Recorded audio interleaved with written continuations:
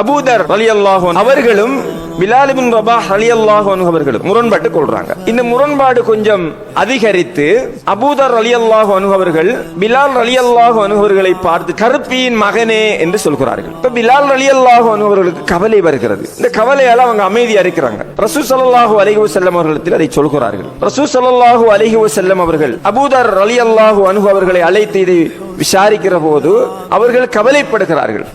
அவர்களை நியாயப்படுத்தவில்லை. நான் இதற்காகத்தான் சொன்னேன் என்று ஒரு பாவத்தை நியாயப்படுத்துவதற்கான காரணத்தை சொல்லல.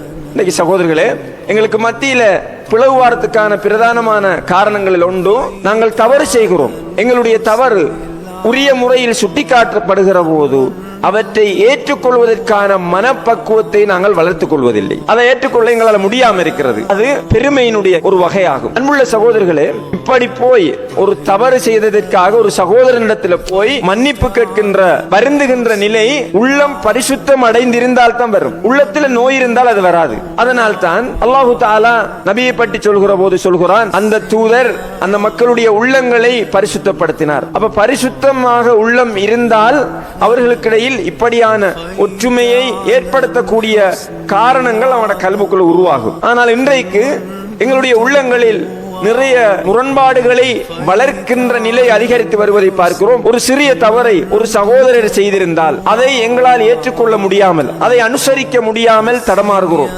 ஆனால் எங்களுடைய ஒரு தவறை இன்னொருவர் மன்னிக்க வேண்டும், அதை சமாளிக்க வேண்டும், அதை ஏற்றுக்கொள்ள வேண்டும், அதை அனுசரிக்க வேண்டும் என்று விரும்புகிறோம். எனவே இந்த நிலை அல் குர்ஆனையும் ஹதீஸையும் சரியாக பின்பற்றி அதன் வழிகாட்டலில் ஒற்றுமையாக இருக்க வேண்டும் என்று நினைக்கிறவர்களிடத்தில் இருக்கக்கூடாது.